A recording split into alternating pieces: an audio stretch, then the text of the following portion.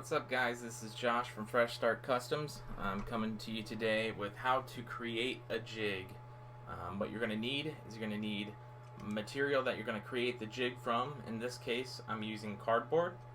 And you're also going to need a digital caliper. Looks like this. I might be pronouncing it wrong, but this is what you're going to need. I'll link this down below, and I'll also link down easy pre-cut cardboard if you want that as well.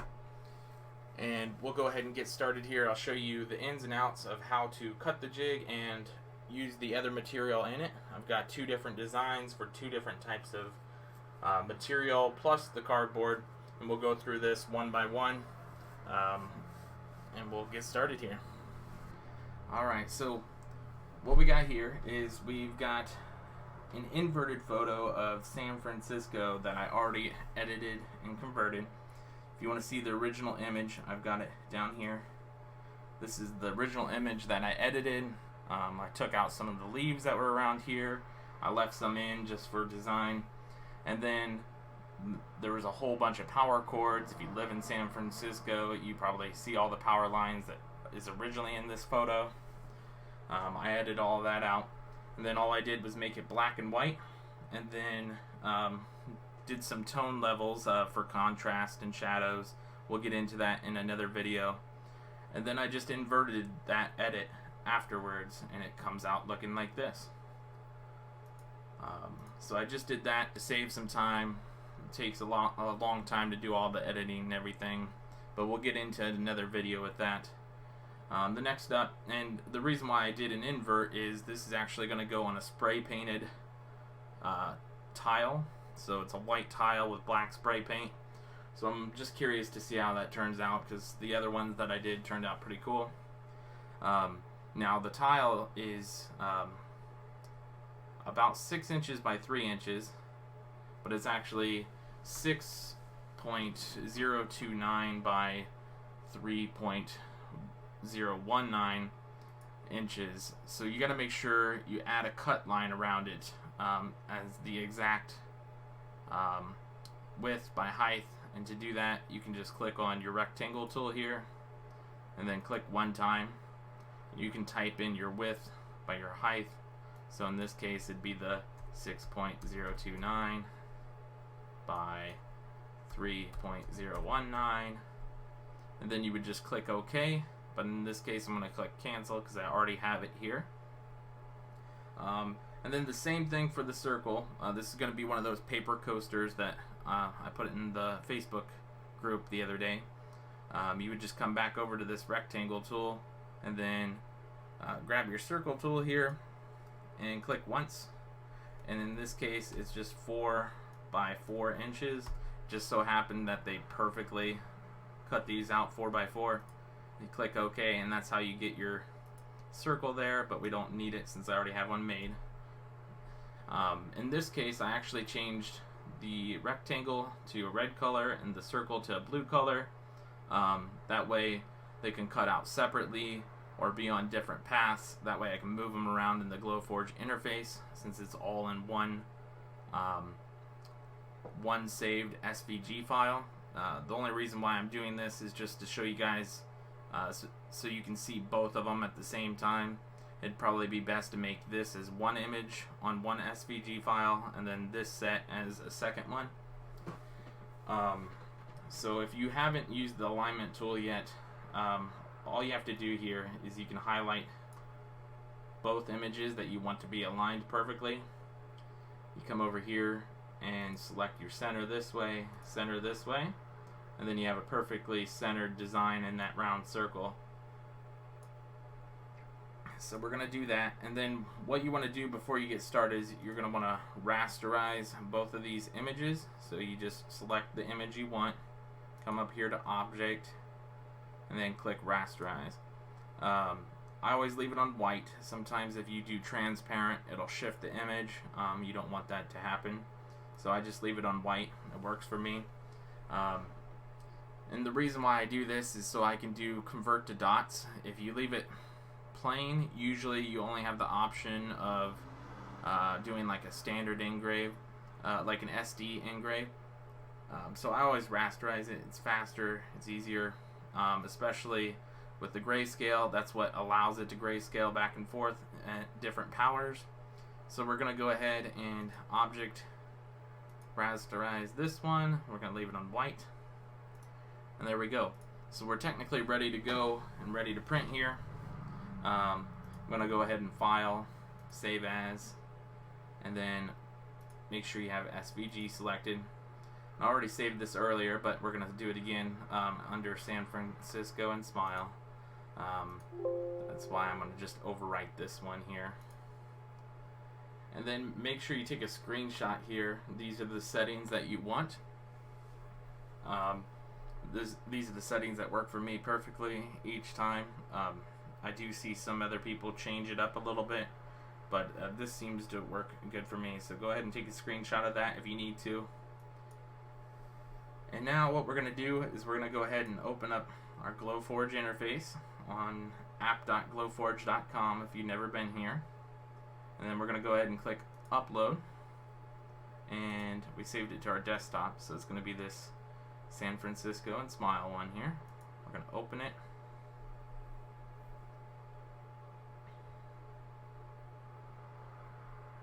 And we're going to wait for it to render the design here. And as you can see, it imported everything that we just did in here. And like I said earlier, I made this one a red outline and this one a blue outline. That way I can grab them separately and move them around. I think they did fix that where you can keep them both red if you wanted to cut them out at the same time, but I want them to be separate. So I'm going to go ahead and put my smiley face guy right about there and put my tile right about there.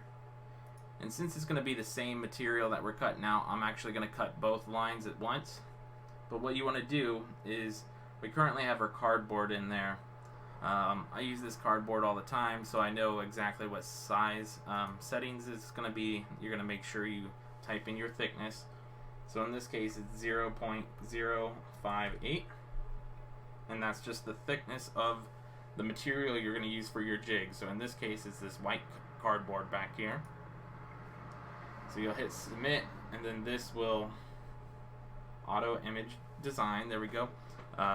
So what we're going to do now is we're going to set both images on ignore, because that's going to be the image that you want on your material to be dead center. So we're going to just hit those as ignore, and then what we're going to do is we're going to cut out the two cut paths. Now obviously, since this is cardboard, you're going to have to come up with your own settings. So we're going to go to manual, just like that. And then we're going to have to type in our own settings here. Now, I don't remember the settings off the top of my head. So I have all my settings on the Facebook page under the Notes tab. So this is the Fresh Start Customs Facebook page. And then if you click on this Notes tab right here, it'll bring you to this page. This is where I have all my settings at. As you can see, there's a bunch of different kinds. And then if you get towards the bottom here, you can actually read how to do the jigs here, but I'm just doing a video if you don't want to read how to make one. And then when you get to the bottom, just when you think it's done, you can click see more, and you can keep scrolling. I've got all sorts of settings here. What we're looking for is we're looking for the cardboard settings. I know that's towards the bottom because it's one of the first things that I did. Right here is the cardboard settings. As you can see, I made this little rubber band gun out of cardboard, and you can just click on it and it'll pop up like a bigger image. And right here's all the settings that I use. If we wanted to engrave cardboard, right there it is. But in this case, all we want to do is cut. So it looks like I use a speed of 180 and a power of 50. So I'm going to go back to our interface and type in 180 as the speed and 50 as the power. And you have to make sure that your height of your material is the correct thing, which we already typed in up here earlier. And then you just click off, and as you can see, it says 180 and 50. And then we're going to go to the next one, and we're going to do the same thing, which is going to be 180 and 50 power. And then we'll just click off again, And as you can see, both of these highlighted around the outside where the cut path is. So for example, if I didn't want to cut both of these at the same time, I don't have to. You can just click on the circle, click back, and then click ignore. And now you see how it's grayed out and it won't cut this. It'll only cut the red section that's highlighted. But in this case, we do want to cut and then manual, and we're going to type in that 180 by 50 again. There we go. So now that we're back on track, we're going to cut this out really quick, and then we'll start popping in each design one at a time because they're both different material heights, and I want to show you different sections there.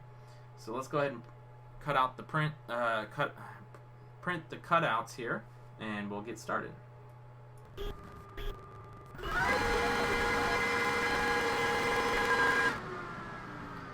Alright, as you guys can see, I cut it out perfectly there, and I'll see if it actually matches up on the head unit. Yeah, so this machine is super accurate, but your machine might be way off, and I'll show you that in just a second. What we're going to have to do is remove this material that we just cut out. Now what you want to do is just remove just the inserts, but leave your jig in place without moving the jig at all. So I just remove those inserts, and then what you're going to do is you're going to put in the material that you want to do first. So in this case, we're going to go ahead and just do the circular smiley face here. And I already wrote down the material thickness on the back of these, so I know what that is, but you're going to have to measure your material first. So in this case, it's going to be this little round disc here. This isn't the cardboard that just cut out. This is the cardboard over here. I know it looks the same, but it's not. This is the double-sided paper coasters. As you can see, just for this video, I wrote down the settings so I don't have to remeasure it. It's 0.073. So we're just going to pop that right in place here. It might be a little tight fit, but it's going to fit really tight because you marked it perfectly on your design. So I'm going to go ahead and close this up. We're going to do the smiley face next. Alright, so what we're going to do now is we're going to go ahead and we'll just dismiss this. But as you can see, the cut line is pretty much perfect on this machine. It's a little off right there, but not much. See, if I zoom in, you can see that it cut right here, but the actual line that I placed is right here. That's because of the fisheye camera. I'm sure it'll be way off if I went way over here, but your machine may be off even in the center like this. So for example, if you had your red line and it was like way over here and the cut was way over here, the jig will still work. Just don't move your jig, don't move your images in here at all. Just leave everything right where it is, and then you just have to come over here and put your cuts on ignore. And we're going to ignore both of those cuts. So now nothing is highlighted. And then we're going to go over to the smiley face here. And we're going to set engrave. But in this case, I don't know the settings for this material. So I'm going to have to go back to the notes here and find that material. And I'm not sure if we already passed it. Yeah, right here it is. So this is the material that we're going to use. The one with the most shading is this one. If you're going to do like photos, you see how the C is a darker engrave, but the S is even darker than that. So you can get better shading there. But in this case, it doesn't really matter because it's just a solid image. So what I'm going to just do is I'm going to go with that first one just because we're going to do 1000 speed, 15 power, 225 lines, very power, and minimum. Now, before you even get started here, since we're using a different type of material than the cardboard, you're going to have to change your material height. So we're going to go back over here, and I believe we wrote down 0.073 as that material height for the cardboard coaster. So it's a little bit higher than the cardboard itself. So we're going to submit that, and then if it's a big difference, you'll see it shift a little bit. It shifted slightly. You can barely tell in this one since it's not a huge difference. But anyways, we're going to go back to this settings. We're going to click on manual. We had 1,000 speed, 15 power, and then let's see here, 225 lines, very power, and a minimum of 5 power. So we're going to go very power, minimum of 5. Now this really doesn't matter in this case because it is a solid image, but if I use this one on this type of material, it would matter because of the light to dark shading, but it's not really going to matter on this one, and we already have it on 225 lines here. So we're all set. We're going to click off of that, and then we're going to engrave this. I'll show you what this comes out to be.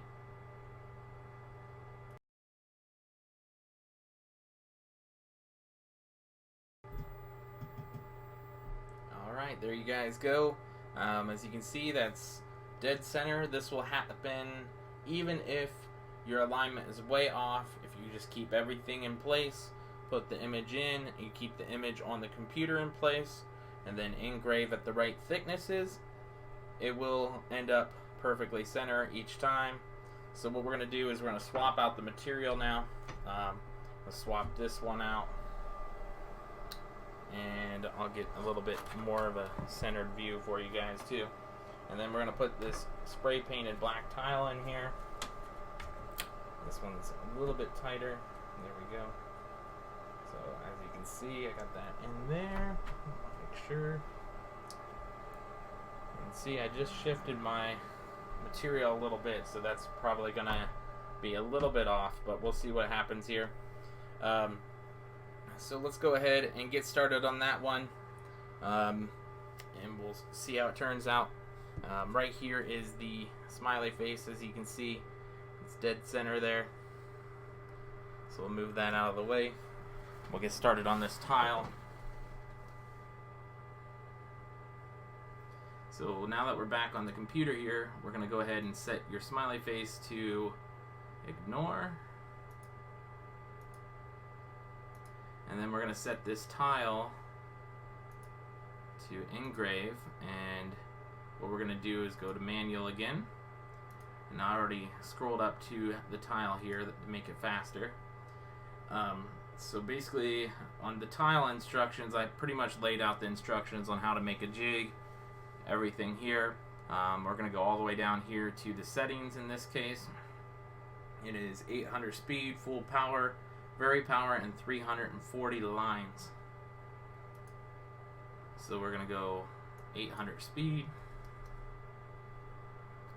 full power, very power, and 340 lines. I want to make sure that matches up. 800 speed, full power, very power, 340 lines. Yep. So now that we got that matched up, we're going to click off of that, and this material height is a lot taller than that other thing. And so what we're going to have to do is we're going to have to change that material height. So in this case, it's 0.274, and to get that, you're going to have to measure with that digital caliper that I said at the beginning. I already wrote these settings down to make it faster for you guys. We'll submit that, and then as you can tell, you see the image shift a lot there. You see how it's off the page of where it cuts, and then this line is way off now. That's because we changed the material height, and that's why the material height is super important. So we're going to leave it at this. Now this one might be off a little bit because I did accidentally move the cardboard a little bit there. I should have probably put more magnets on there, but if you do that, you can just cut out a new piece on a new cardboard piece, but I'm not going to do that for this video because I barely moved it, so it should still look pretty cool here. So we're going to go ahead, and now that we have the settings set, the height set, all we got to do is print, and we're going to leave everything else on ignore, so it's just printing on this onto the coaster, or onto the tile there, and we're going to see how it turns out. This one should look pretty cool if everything goes okay. So let's go ahead and print that and see what it looks like.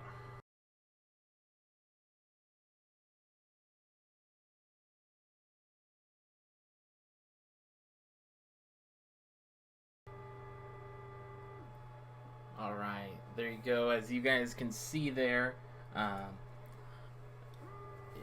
lined up pretty well, perfect. I was a little off as I did bump it, but that just goes to show you how close to accurate that a jig can really be when it's off by just a little bit. You can see it more once I pull it out of here, how it was off a little bit and went onto the cardboard. But yeah, so if you guys know the actual buildings of this San Francisco buildings here, let me know. I'm curious, because this was actually a photo that I took with on a bus tour that that I was in San Francisco with. So I always thought it was a cool photo. Edited it up and then just laser engraved it out. I probably could have went a little bit darker with the photo settings, but this time I decided to go a little grayscaled to see how it turned out. But it turned out pretty cool. I'm going to pull it out here so you guys can see a better view. And you can see kind of right there where it went over the top edge because I moved it just slightly. And there we go. Still turned out really cool. Gives a nice shiny effect with the spray paint there. So that turned out pretty cool. I hope you guys liked the video, and I hope this helped you out. I think we were able to show you all of the settings, all of the process of cutting out and putting the new material in with the new height. So I hope this helps you guys out. I'm sorry it was a longer video, but I wanted to be as thorough as possible. And we'll talk to you guys later.